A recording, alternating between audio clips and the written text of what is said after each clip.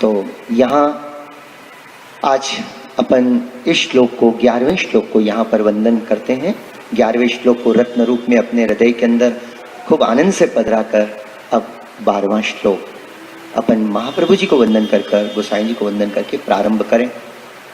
वैश्वानरो वल्लभाख्य सदरूपो हितकृत्सताम जन शिक्षा कृते कृष्ण भक्ति निखिलेष्टतः। ये 12वां श्लोक है। 12वें श्लोक में 6 नाम महाप्रभु जी के प्रकट हो रहे हैं। 6 नाम 12वां श्लोक में।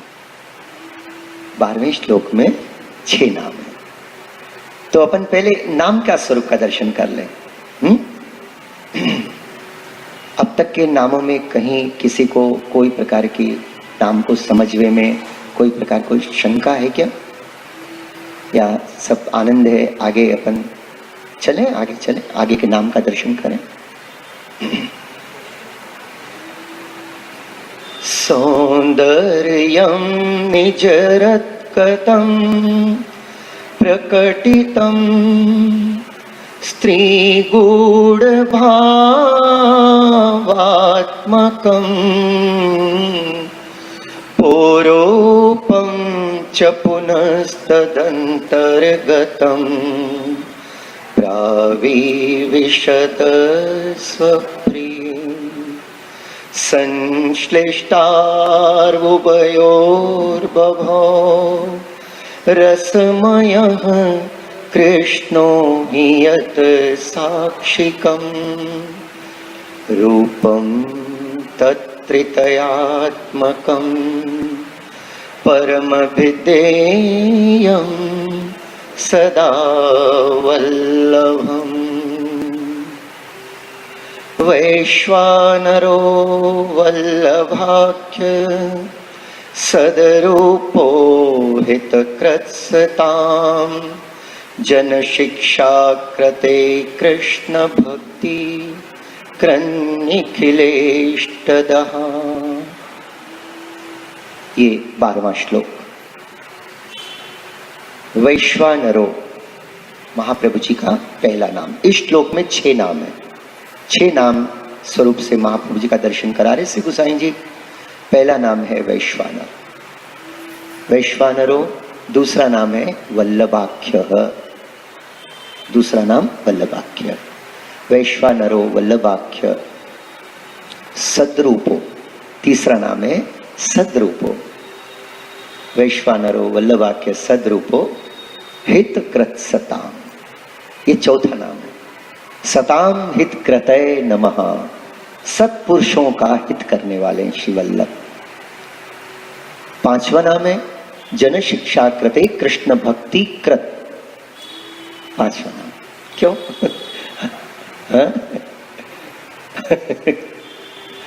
ये 5वां नाम जन शिक्षा कृते कृष्ण भक्ति कृत, लेकिन अपन ऐसे बोलते हैं कृन। जन शिक्षा कृते कृष्ण भक्ति कृन निखिलेष्टदः, क्योंकि जब त के आगे अगर शब्द में न लग रहा है तो त को भी न के साथ ही उच्चारित होता है। ये व्याकरण का नियम है इस प्रकार से। लेकिन वास्तव में ऐसा है, जन शिक्षा कृते कृष्ण भक्ति कृत और निखिलेष्टदः। अब मैं आपको इन नामों का अर्थ बता दूं एक बार। वैश्वानर माने अलौकिक अग्नि स्वरूप, वैश्वानर माने अलौकिक अग्नि स्वरूप। वल्लभाख्य जिनका नाम, आख्य माने नाम, जिनका नाम वल्लभ है। दूसरे नाम का अर्थ है कि जिनका नाम ही श्री वल्लभ है, वल्लभाख्य। तीसरा है सद्रूपो, जो सद्रूप हैं, स्थूल रूप हैं, सच्चिदानंद स्वरूप है, वो स्थूल रूप सद्रूप। भगवान को बोलते हैं ना सच्चित आनंद। तो उस सच्चित आनंद का सदंश भी श्री महाप्रभु जी के स्वरूप में, जैसे अभी देखा ना आसुर व्यामोह लीला के लिए महाप्रभु जी अपना प्राकृत स्वरूप प्रकट करते हैं, ऐसे ही सद्रूप भी प्रकट करते हैं श्री वल्लभ। तो सद्रूप माने स्थूल रूप है, सद्रूपो। वैश्वानर वल्लभाख्य सद्रूपो हितकृत्स्ताम, माने सत्पुरुषों का, निज जनों का हमेशा हित करने वाले। निजजनों का हित करने वाले हैं। जो भी श्री महाप्रभु जी के जन है, महाप्रभु जी को ही अपना सर्वस्व मानते हैं, तो उनको हर तरह से उनका हित करना, ये महाप्रभु जी अपना स्वधर्म समझते हैं। समझ में आई ना बात? अपनो स्वधर्म क्या है? सर्वदा सर्वभावेन भजनीयो प्रजाधिप स्वस्यायमेव धर्मो हि नान्य क्वापि कदाचन। ये महाप्रभु जी अपने को आज्ञा कर रहे हैं, तुम्हारा धर्म है कि ब्रज के अधिपति प्रभु की हमेशा सेवा करो और स्मरण करो, क्योंकि चौथे श्लोक में बोलेंगे स्मरणम भजनम चापी न त्याजमिति में मति। देखो यहां भी महाप्रभु जी कैसे बोल रहे हैं, आज्ञा नहीं दे रहे हैं। अरे मेरा ऐसा अभिप्राय है कि कभी स्मरण और भजन कृष्ण का कभी मत छोड़ना। ऐसे महाप्रभु जी कह रहे हैं। आज्ञा कभी नहीं दी हो महाप्रभु जी ने, कहीं पर भी नहीं दी, केवल ये कहा मैं मति। अब महाप्रभु जी कह रहे मेरी मति ऐसी है, तो अपने को मान लेनी चाहिए कि नहीं? चुपचाप मान लेनी चाहिए। महाप्रभु जी का तो कहने का ढंग है, ताकि कहीं कोई आज्ञा नहीं झलक जाए। महाप्रभु जी तो ग्रेटेस्ट टीचर है। चलो, क्योंकि उनको हमेशा इस बात का ध्यान है कि जो भी है, जैसा भी है, जीव जैसा भी है, उसको मेरे चरण में आते ही उसको तो ऊंचा ही उठाना है, बस दूसरी कोई बात ही नहीं। उसको ठाकुर जी के स्वरूपानंद की निकट लेके जानो है और प्रभु को स्वरूपानंद को अनुभव करानो है। जो स्वरूपानंद जाको वेद रटत, ब्रह्मा रटत, शंभु रटत, शेष रटत, नारद रटत, शुक व्यास रटत, पावत नहीं पार रे, वो स्वरूपानंद का दान करना ही महाप्रभु जी का लक्ष्य और उद्देश्य है। इसलिए महाप्रभु जी तो हमेशा ऊंचे ही उठा रहे हैं। अब पांचवा नाम जन शिक्षा कृते कृष्ण भक्ति क्रन। ये जो पांचवा नाम है, माने अपने निजजन को शिक्षा देने के लिए महाप्रभु जी ने स्वयं कृष्ण की भक्ति की। इस नाम का अर्थ है पांचवें नाम का। और छठा नाम है निखिलेष्टतः। निखिल माने सब कुछ, निखिल और इष्ट माने जो अपन चाहते हैं। देखिए अपन बोलते ना मेरे इष्ट देव, माने जिनको मैं चाहता हूं वो मेरे देव नहीं है। तो ऐसे निखिलेष्टतः, निखिल माने सब कुछ जो भक्त चाहते हैं, वो भक्तों का जो इष्ट है महाप्रभु जी वो उनको परिपूर्ण करते हैं, प्रदान करते हैं। ये 6 नाम इसके अंदर 12वें श्लोक के अंदर श्री गोसाई जी ने दर्शन कराए। अब इन 6 नामों में से आज प्रथम नाम का दर्शन प्रारंभ करें। देखो 1 2 जितना भी होए। वैश्वानराय नमः, वैश्वानराय नमः, वैश्वानराय नमः, वैश्वानराय नमः, वैश्वानराय नमः। महाप्रभु जी का जो वैश्वानर स्वरूप है उसको श्री गोसाई जी कहते हैं कि मैं नमन करता हूं। अपन भी नमन करें। श्री वैश्वानराय नमः। मैंने आपको बताया कि महाप्रभु जी का जो स्वरूप है वो अलौकिक अग्नि स्वरूप है, वैश्वानर। अब इसकी पहचान कैसे है कि भगवान जब अर्जुन को गीता जी में अपने स्वरूप का ज्ञान कराते हैं तो अपनी विभूतियों का, तो उस समय आप कहते हैं कि अहम वैश्वानर। स्वयं ठाकुर जी कह रहे हैं अर्जुन से कि मैं तेजस्वियों में मैं स्वयं वैश्वानर हूं। तो वैश्वानर माने कौन से वैश्वानर? अग्नि तो 3 प्रकार की होती है। अग्नि भी आदि भौतिक, आध्यात्मिक और आदि दैविक। महाप्रभु जी में कौन सी अग्नि विराज रही है? मतलब मैं आपको ऐसे क्रम से लेके चल रहा हूं कि महाप्रभु जी को जब हम अग्नि स्वरूप बोलते हैं, सिगड़ी सिलकाते हैं उसमें भी अग्नि है, और यज्ञ कुंडों में जो यज्ञ किए जाते हैं, हाँ, बलिदेश्वादी जो यज्ञ किए जाते हैं या जो भी यज्ञ किए जाते हैं उनमें भी अग्नि होती है और उनमें आहुति आदि दी जाती है। तो फिर ये लौकिक अग्नि जिसमें अपन रसोई बनावे, और वो अग्नि जिसमें यज्ञ किया जावे, और तीसरा जिसके लिए अपन कह रहे हैं कि इन तीनों अग्नियों में और महाप्रभु जी के स्वरूप जो अग्नि स्वरूप है, तो आपके इनमें विशेषता क्या है, भेद क्या है? कुछ भेद है कि नहीं है? सब एक जैसा ही है।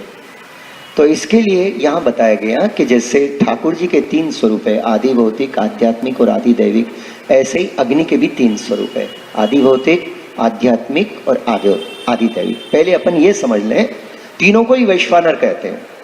हाँ, आदि भौतिक वैश्वानर, आध्यात्मिक वैश्वानर, आदि दैविक वैश्वानर। अब मैं आपको पहले तो ये बता दूं कि महाप्रभु जी आदि भौतिक और आध्यात्मिक नहीं, बल्कि आदि दैविक अलौकिक वैश्वानर को स्वरूप है। तो अब इनमें डिफरेंस क्या है, फर्क क्या है? अब देखो, आदि भौतिक जो अग्नि होती है ना, तो जैसे अपने रोज के काम में अपन उपयोग करते हैं, तो रोज के काम में जिस पर अपन रसोई भी बनावें, पानी भी गर्म करें, अपना लौकिक काम भी जिस पर होता है, तो वो जो है आदि भौतिक अग्नि है। और कभी कभी आदि भौतिक अग्नि का उपयोग अपन लास्ट टाइम भी करते हैं, वहां भी तो वो जो अग्नि है, तो उस अग्नि के स्वरूप की कोई पूजा नहीं की जाती है, उनके अंदर केवल आहुति दी जाती है, पर वो आदि भौतिक अग्नि है। रोज अपने इस उदर पोषण के लिए, गृह कार्य के लिए, सामान्य के लिए जो अग्नि का प्राकट्यपन करते हैं, हाँ? और उसके बाद जो काम चालू कर देते हैं, सामग्री आदि बनाना, अपने यहाँ तो अपने पुष्टि में तो वो जो अग्नि है वो अलौकिक ही हो जाती है, समझो, क्योंकि उस पर ठाकुर जी की सामग्री सिद्ध हो रही है। पर सामान्यता परिचय क्या करें अपन अग्नि का परिचय? जो भाई वैष्णव नहीं है, जिनके यहाँ सामग्री ठाकुर जी के लिए नहीं बन रही है, अपने पेट भरने के लिए बन रही है, तो वहां जो अग्नि है ना, वो आदि भौतिक अग्नि है। समझ में है ना? साधारण अग्नि तो एक तो ये आदि भौतिक अग्नि, जिससे लौकिक कार्य सिद्ध होते हैं जिस अग्नि से, वो आदि भौतिक अग्नि है। भगवान 15वें अध्याय में, गीता जी के 15वें अध्याय में अपने तेजस्वी स्वरूप का वर्णन करते हुए कहते हैं, यदादिगत्यम तेजो जगत भासेते किलम यत् चंद्रमसी यच्चाग्नो तत् तेजो विधि मामकम। इसमें भगवान ने 3 तेजस्वी वस्तुओं की याद की है, अपनी विभूति जब बता रहे हैं 15वें अध्याय में।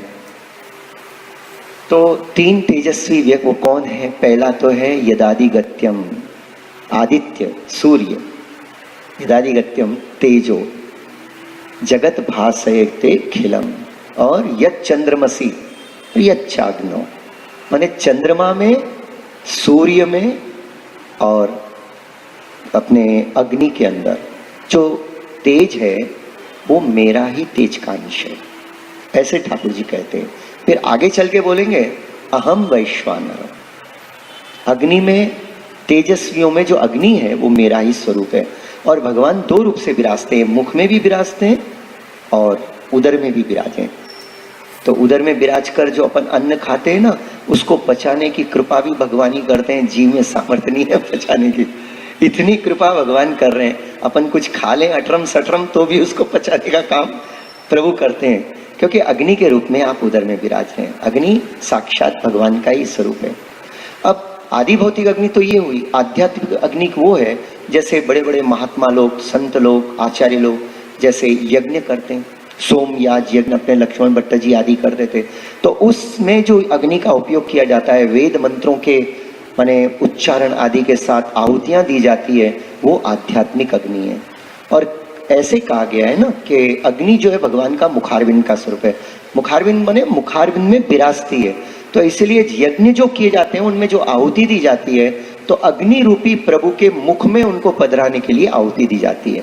तो वो जो अग्नि वहां विराज रही है, जिसमें वेद मंत्रों के उच्चारण के द्वारा जो आहुति दी जाती है, वो आध्यात्मिक अग्नि। और तीसरी है आधिदैविक अग्नि, साक्षात श्री ठाकुर जी के मुख कमल में जो विराज रही है, मुखारविंद में जो विराजमान है। महाप्रभु जी ने अपना परिचय देते हुए श्रीमद् भागवत जी के जब आपने प्रारंभ किया टीका लिखनो, तो भागवतार्थ प्रकरण में सबसे पहले अपना परिचय देते कहते हैं कि मैं वैश्वानर हूं, माने मैं ठाकुर जी के मुखारविंद में विराजमान जो दिव्य अग्नि का स्वरूप है, वही मेरा स्वरूप है। महाप्रभु जी ने अपना परिचय दिया है। महाप्रभु जी ने कई प्रकार से अपना परिचय कई ग्रंथों में कई प्रकार से दिया। यमुनाष्टक में कहते हैं, वदति वल्लभ श्री हरे, मैं श्री हरि का प्रिय तुमसे कह रहा हूं। कहीं कहते हैं कि कृष्ण दास हो, मैं कृष्ण का दास हूं, मैं तुमसे कह रहा हूं।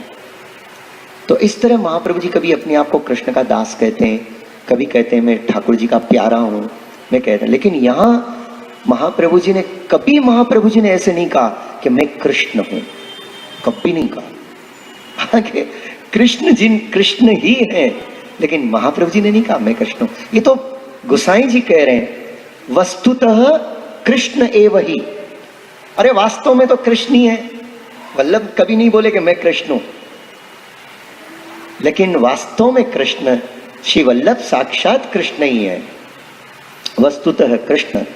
और कृष्ण के फलात्मक स्वरूप के भी परम फल है श्री वल्लभ, कृष्ण से भी बड़े हैं। इसीलिए तो महाप्रभु हैं, कृष्ण प्रभु हैं, श्री वल्लभ महाप्रभु हैं। पर महाप्रभु जी ने कभी नहीं कहा मैं कृष्ण हूं, बल्कि कृष्ण का दास हूं ऐसे कहते हैं। आचार्य हैं, अपने को बोध कर रहे हैं, हमेशा दासत्व से अपने भरे रहनो, ये बात महाप्रभु जी बताना चाहते हैं। लेकिन गोसाई जी कहते हैं कि साक्षात कृष्ण के ही दिव्य स्वरूप हैं श्री वल्लभ। पर जब भागवत जी की शुरुआत की आपने, तो मंगलाचरण में कहा कि मैं वैश्वानर जो ठाकुर जी के मुखारविंद में विराजते हैं, वही साक्षात मोको प्रभु ने आज्ञा करी है कि भागवत जी का गूढ़ और यथार्थ अर्थ जो प्रभु को प्रिय लगे ऐसा प्रकट करने के लिए ठाकुर जी ने मुझे आज्ञा दी, इसलिए मैं भूतल पे प्रकट हुआ। ऐसे महाप्रभु जी स्वीकार कर रहे हैं कि भागवत जी का गूढ़ अर्थ प्रकट करने के लिए, क्यों कि आप ठाकुर जी के ही मुखारविंद में विराजते हैं। श्री कृष्णास्यम, श्री कृष्णास्यम, श्री माने स्वामी जी, कृष्ण माने ठाकुर जी। तो उनका जो आस्य है, आस्यम कहते हैं मुख कमल को, तो दोनों के मुख कमल का जो स्वरूप, तेज, सौंदर्य, माधुर्य सब एक साथ प्रकट हुआ, वो श्री वल्लभ, वो श्री महाप्रभु जी। तो इसलिए आपका ऐसा दिव्य स्वरूप है। तो महाप्रभु जी अलौकिक अग्नि का स्वरूप है, अलौकिक वैश्वानर है, जो ठाकुर जी के मुख कमल में ही सदा विराजते हैं। और अपन जो सामग्री भोग धरते हैं नित्य, ठाकुर जी साक्षात अपने मुखारविंद में आरोपते हैं। अपन घर में जो करते हैं ना, करोड़ों यज्ञों से, करोड़ों अश्वमेघ यज्ञ से बढ़कर आपके घर में जो आप सामग्री सिद्ध कर कर जो ठाकुर जी को आरोगाते हो, वो करोड़ों अश्वमेघ यज्ञ से बढ़कर है, आदि दैविक यज्ञ है। करोड़ों अश्वमेघ से बढ़, जो नित्य अपन अपने घर में भले इतनी दाल बना लेते हैं, रोटी बना लेते हैं, पर वो आरोप कौन रहा है? साक्षात प्रभु, साक्षात उनके मुखारविंद में जो विराजमान अलौकिक अग्नि है ना, वो अंगीकार कर रहे हैं। तो अपन ठाकुर जी के मुख कमल में साक्षात पधरा रहे हैं और प्रभु से विनती करते हैं कि हे प्रभु, आप महाप्रभु जी, गोसाई जी, श्री गुरुदेव, यशोदा जी, 84 200 वैष्णव, उनकी कानी ते कृपा करके अंगीकार करियो। मैं सामग्री बना के ले आई, आप आरोपो, ऐसा नहीं। अपन वहां पर ऐसा कानी देते हैं। महाप्रभु जी, गोसाई जी, ब्रजभक्त, यशोदा जी, 84 200 वैष्णव, मेरे गुरुदेव की कृपा ते आप रंजक हूं सामग्री, थोड़ी बहुत दिया। तो ये बहन अपना नित्य का अलौकिक यज्ञ हो जाता है। तो वैष्णव तो करोड़ों अश्वमेघ यज्ञ रोज सामग्री करके ठाकुर जी के आगे जो थाल धर देते हैं ना, ये अलौकिक उनका यज्ञ होता है। इसीलिए कहा सेवा के एक क्षण की बराबरी जगत के पूरे धर्मयुक्त साधन मिलकर भी नहीं कर सकते। ऐसी सेवा को प्रकार है भाई। सेवा को डी वैल्यू नहीं करनी है, बहुत सहज। कैसी सहज है? एक प्रसंग मुझको याद आया। जब श्री पद्मनाभ दास जी को महाप्रभु जी ने कहा कि सेवा करो, तो पद्मनाभ दास जी बोले कि जीवन भर महात्म ज्ञान करते रहा, इसलिए मुझे जल्दी से किसी में श्रद्धा नहीं बैठेगी। अब मेरे हृदय में श्रद्धा बैठ जाए, श्रद्धा स्थापित हो जाए, देखते ही मेरे मन में ऐसा हो कि मैं इनकी सेवा करूं, तो वो स्वरूप की सेवा करने में आनंद आएगा। आप अगर कोई स्वरूप पधरा दो तो मुझे उसमें श्रद्धा नहीं आएगी, मुझे बार बार वो महात्म्य की बातें याद आएगी, स्वरूप के प्रेम की बात याद नहीं आएगी। अब स्वरूप में कुछ ऐसा देखूं मैं अलौकिक। तो महाप्रभु जी ने कहा तुम हमारे साथ चलो, कन्नौज से पद्मनाभ दास जी को अपने साथ लेकर चलो। वो कन्नौज से आए कर्णावल ब्रज में, गोकुल से जरा आगे। तो एक दिन महाप्रभु जी प्रातः काल वहां पर विराज कर प्रातः संध्या कर रहे हैं। आप श्री विराज हैं, पद्मनाभ दास जी बाजू में विराज रहे थे। और उसी समय सामने यमुना जी का जो किनारा है ना, वो टूटा। ऐसा होता है ना कभी कभी, यमुना जी में अपन देखते हैं, बड़े बड़े नदियों में ऐसा देखते हैं कि उनके जो किनारे रहते हैं रेती के, वो एकदम ऐसे धंस जाते हैं, टूट जाते हैं। ऐसा हुआ, तो आवाज आई, तो इसलिए पद्मनाभ दास जी का ध्यान गया। तो क्या देख रहे हैं, वो जैसे ही किनारा ऐसे धंसा, कगार जो टूटे हो तो उसके अंदर से माने यमुना जी के भीतर से उस कगार में से एक ऐसो स्वरूप प्रकट हो जो होते ही चले जा रहे हो, बड़ो ही बड़ो बड़ो बड़ो होते होते 7 ताल जितनो बड़ो एक क्षण में, इतनो बड़ो स्वरूप। अब ये खाली वहीं प्रकट हुआ सो नहीं, वो स्वरूप अब वहां से चलते चलते चलते महाप्रभु जी के पास आने लगे हो। पद्मनाभ दास जी तो भाव विभोर हो गए देखते हुए, ये सब लीला देखते हुए उठ के खड़े हो गए, हाथ जोड़ के खड़े हो गए, देख रहे हैं कि अब क्या करेंगे। आए महाप्रभु जी के पास और आपने कहा हमारी सेवा करो। महाप्रभु जी ने मुस्कुराते कहा अगर आपको सेवा करवाने का मनोरथ है तो फिर सेवा कर सके इतनो स्वरूप धारण करो। इतने बड़े स्वरूप की सेवा अरे कितनी सीढ़ियां लगा के करे तो भी नहीं हो। आप ठाकुर जी तो प्रेम से ऐसा स्वरूप धारण कर लिए। ठाकुर जी भी भावावेश में आ जाते हैं कभी कभी भक्तों के प्रेम। अब या सामने महाप्रभु जी खड़े हैं और पद्मनाभ दास जी जैसे भगवती है वहां पर जिनके से सेवा लेने वाले हैं, तो ठाकुर जी बहुत प्रेम से ऐसा बड़ा स्वरूप धारण करके कर लियो एकदम। महाप्रभु जी ने कहा जैसे सेवा हो सके ऐसे छोटा स्वरूप हो जाओ। तो पद्मनाभ दास जी देख रहे हैं और इतना कहते ही ठाकुर जी का जो 7 ताल जितना बड़ा स्वरूप था वो धीरे धीरे धीरे धीरे छोटा होते होते इतना छोटा हो गया कि सीधा फिर चल के आकर महाप्रभु जी की गोद में विराज गए हो। और आपको जो मस्तक की चोटी थी ना वो श्री वल्लभ के ठोड़ी के नीचे लग रही है, ठोड़ी के नीचे, माने इतना स्वरूप। अब इस स्वरूप की तो सेवा हो सके, और वो अपने हैं मथुराधीश जी। पूरे ब्रज के चिन्ह उनके लीलान के चिन्ह उन स्वरूप में विराज रहे हैं। ये पहला आद्य स्वरूप जो प्रकट हुआ पूरी ब्रज लीला को, और ये स्वरूप अब तो पद्मनाभ दास जी के मन में खुद आने लगा कि काश महाप्रभु जी मेरे माथे ये स्वरूप पधरा दे। और पूरी महात्म्य देखियो ना, प्रकट महात्म्य देखा, अब तक तो गाते थे अब तो प्रत्यक्ष देख लिया। महात्मा ज्ञान पूर्वक सर्वतोधिक सुदृढ़ स्नेह हो गया उनके अंदर, और विनती करे कृपानाथ ये स्वरूप मोह को पधराओ, आप कृपा करके मेरे माथे पधराइए, मैं इनकी सेवा करूंगा। वैसे तो महाप्रभु जी पद्मनाभ दास जी के लिए ही तो महाप्रभु जी के हृदय कमल से स्वरूप प्रकट हुआ। आपकी इच्छा अनुसार आपने प्रसन्नता से इन मथुराधीश जी को पद्मनाभ दास जी के माथे पधराया, और ये अपने मार्ग की प्रथम निधि है। देखो वैष्णव, निधि वल्लभ कुल के घर में निधि नहीं बनी, प्रकट हुए, पधरायो, पुष्ट किया, लेकर गोद में अपने हृदय से लगाकर पद्मनाभ दास जी को पधरा दिया, बोले सेवा करो। पद्मनाभ दास जी के सेव्य बनकर वो निधि बने। मतलब क्या है कि अपने घर में जो ठाकुर जी विराजते हैं वो निधि स्वरूप है, निधि से जरा भी कम नहीं। ये भाव बताने के लिए मैं आपको ये प्रसंग बता रहा, मैंने ये बात कही। अपने घर में विराजमान जो भगवत सेव्य स्वरूप है, भले लालन जी का हो, कोई भी स्वरूप हो, अपने लिए साक्षात निधि का स्वरूप है। निधि जैसो भाव उसमें रखनो।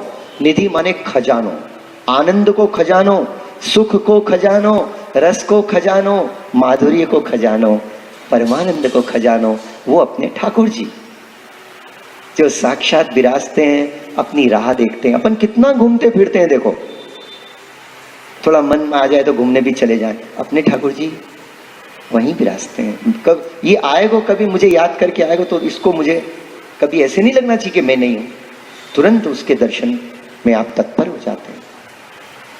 तो ऐसा अलौकिक दिव्य स्वरूप जब आपने दर्शन किया तो पद्मनाभ दास जी को अत्यंत भाव उसमें प्रकट हुआ। और फिर तो आप पद्मनाभ दास जी की वार्ता आपने पहले भी स्मरण की, आप जानते ही हो कैसे ठाकुर जी ने उनको अनुभव कराया।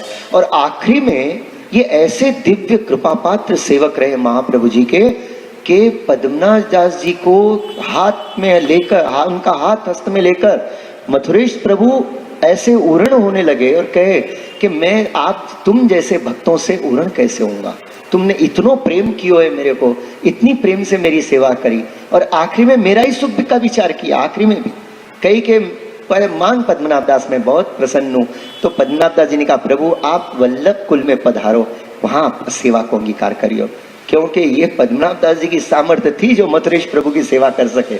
उसके बाद में हमेशा वल्लभ कुल में विराजमान रहे, कभी और कोई वैष्णव के माथे नहीं पधारे।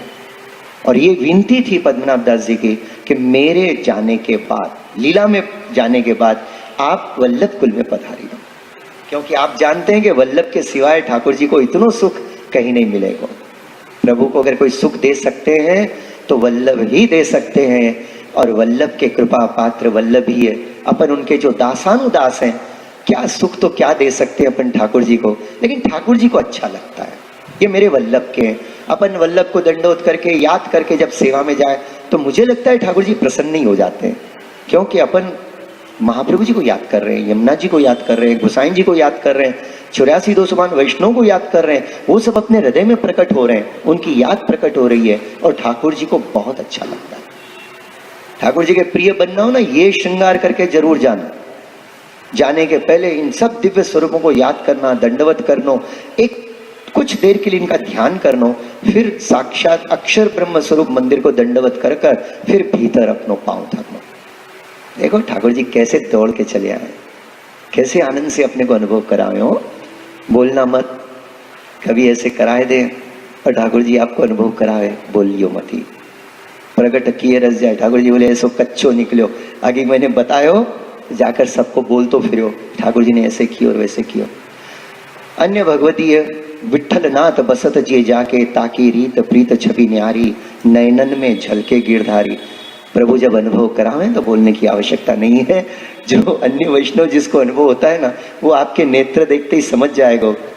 नेत्र तो भले अपने साधारण ही है, उन पर दूसरा नेत्र भी हो सकता है, माने चश्मा भी हो सकता है, लेकिन नेत्र के जो भाव हैं, नेत्र में जो निकुंज है, उस निकुंज में विराजमान जो प्रभु का प्रेम है, इसको देखते ही सामने वालों भगवदीय समझ जाओ कि something special happened today.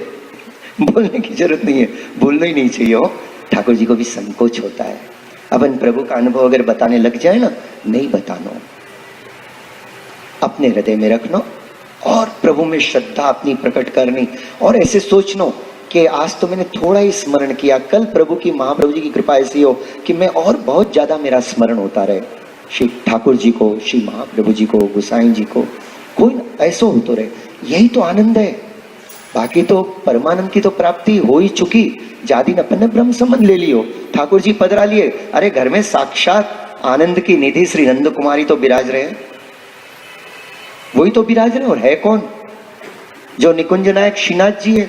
Mahaprabhu ji ने कहा ये मेरे प्राण प्रिय जीवन सर्वस्व है, वही तो वैष्णव के घर में उन लीला को स्वरूप विराज रहे हैं, उनकी लीला को स्वरूप विराज रहे, साक्षात निकुंज नायक ही विराज रहे हैं। इसलिए वैष्णव के घर में विराजमान स्वरूप साक्षात निधि है, अपने लिए निधि है। अपन हरेक को नहीं बोलना ए मेरे घर में निधि आए, चला जा दर्शन करने के लिए। अब भूले चुके कोई अवैष्णव आएगा ना, तो 1 साल की सेवा पर पोतना फिर जाए। हरिराय जी बोल रहे हैं, अगर अपन ने अपने ठाकुर जी के दर्शन कोई अवैष्णव को कराई दियो, जो ब्रह्म संबंधी नहीं है, जिसको महाप्रभु जी और ठाकुर जी से कोई प्रीति नहीं, केवल रिलेशन के कारण अगर बोले आओ मेरे ठाकुर जी के दर्शन करो, और उसने दर्शन कर लिया और आपने करा दिया, तो कहते हैं 1 साल की आपकी सेवा वृथा गई। हरिराय चरण महाप्रभु जी कह रहे हैं, ये आप में नहीं बोल रहे हैं, अपन तो श्रवण कर रहे हैं। आपने सेवा की इतनी विलक्षणता बताई, इतनी गोपनीयता बताई। हीरे मोती माणक पन्ना लेकर थैली में फिरते हैं क्या अपन? देखो मेरे पास इतने पन्ना है और इतने हीरा, ऐसे बोलते हैं कभी? किसी को छिपा के रखते, घर वालों भी पूछे तो नहीं बोले, बहनें तो उनसे भी, घर वालों से भी छिपा लेती है, नहीं तो बोलेंगे इनका क्या है, अभी ले जाएंगे, कोई आएगा उसको दाम में दे देंगे तो बोलती नहीं, देखो रहना चाहिए, घर में थोड़ा रहना चाहिए, वो उनसे भी छिपा लेगी। प्रभु बहुत अनमोल है। प्रभु का स्वरूप ऐसा यत्र तत्र सर्वत्र अन्यत्र किसी को भी बताने के लिए नहीं है। केवल वो प्रभु का प्राकट्य अपने लिए अपने घर में महाप्रभु जी ने करवा कर अपने माथे पधरा दियो कि तुम इसका आनंद लो, खूब आनंद लो, प्रभु तुम्हारे वश में है। ऐसे आपका दिव्य स्वरूप। तो वैष्णव वैश्वानर स्वरूप के अंतर ये जो महाप्रभु जी का अलौकिक अग्नि स्वरूप है, तो ये आधिदैविक अग्नि स्वरूप। तो अब स्वरूप की अलौकिकता बताने के लिए मैंने आपको पद्मनाभ दास जी के माथे विराजमान मथुरेश्वर प्रभु का बताया कि वो इतने विशाल भी हैं, और जैसे ही वापस महाप्रभु जी ने विनती करी कि छोटे हो जाओ, इतने स्वरूप की कौन सेवा करेगा, तो इतने से बन गए, बहुत इतने से, इतना स्वरूप है मथुरेश प्रभु को। कितने बड़े और कितने छोटे हो गए। आज अपने घर में ठाकुर जी छोटे छोटे बनकर विराजते ना, इसीलिए विराजते हैं कि सदा अपन प्रभु को यूं उठा लें, हृदय से लगा लें। बोलना मत कि हम तो ठाकुर जी को हृदय से लगाते हैं, करते हैं। जो करना है करो। आप ठाकुर जी के प्राण प्रिय हो महाप्रभु जी की कृपा से, और ठाकुर जी अपने माथे विराजते हैं। आप जानो और आपने ठाकुर जी जाने, तीसरा कोई इस बात को नहीं जानना चाहिए। पुष्टि मार्ग इस वस्तुतः इस बात में गोपनीय है। ये बात बहुत रहस्य की रहती है, इसको अपने हृदय में रखना है और इसको प्रकट नहीं करना। तो महाप्रभु जी का जो स्वरूप है, आपका जो अग्नि स्वरूप है, वो अलौकिक आदि दैविक अग्नि स्वरूप है। रोज जिनको अपन अरोग आते हैं, भले जिन वैष्णव के घर में जो भी अरोगते हैं, पर वो साक्षात आदि दैविक अग्नि स्वरूप श्री ठाकुर जी जो अरोग रहे हैं, तो उनके ही मुखार बिंद का जो स्वरूप है अलौकिक वैश्वानर, वो श्री वल्लभ को। और इसलिए तो महाप्रभु जी करेंगे अहम वैश्वानर, मैं वैश्वानर हूं। और यहां गोसाई जी ने आपका जो ये नाम याद किया है, उसका एक विशेष कारण है। देखो अग्नि का क्या प्रभाव होता है। अग्नि हर प्रकार के कचरे को भस्म कर देता है, और अग्नि दूषित नहीं होता। साधारण अग्नि भी, उसमें कोई भी कचरा डालो जल के भस्म हो जाएगा। महाप्रभु जी ऐसी अलौकिक अग्नि का स्वरूप है कि भक्त के हृदय में विराजमान जितने भी कचरा कूड़ा करकट है वो सबको जला के भस्म कर देते हैं। लौकिक अग्नि, आदि भौतिक अग्नि और आदि दैविक महाप्रभु जी जो अलौकिक वैश्वानर है, उनमें भी और एक बहुत बड़ा डिफरेंस ये भी है, फर्क ये भी है कि अलौकिक अग्नि थोड़ा प्रकाश करती है पर वो बाहर करती है, लेकिन ये अलौकिक अग्नि ऐसी है जो अंतर में अज्ञान अंधकार है प्रभु के स्वरूप के प्रति और अपने पुष्टि रस के प्रति, वो अज्ञान अंधकार को भी नष्ट कर देती है। वो जगत की बाहर की बाह्य अग्नि और वैदिक अग्नि नष्ट नहीं कर सकती, आदि दैविक अलौकिक अग्नि ही कर सकती है। ऐसे अलौकिक वैश्वानर श्री वल्लभ के चरणों में अपन साष्टांग दंडवत प्रणाम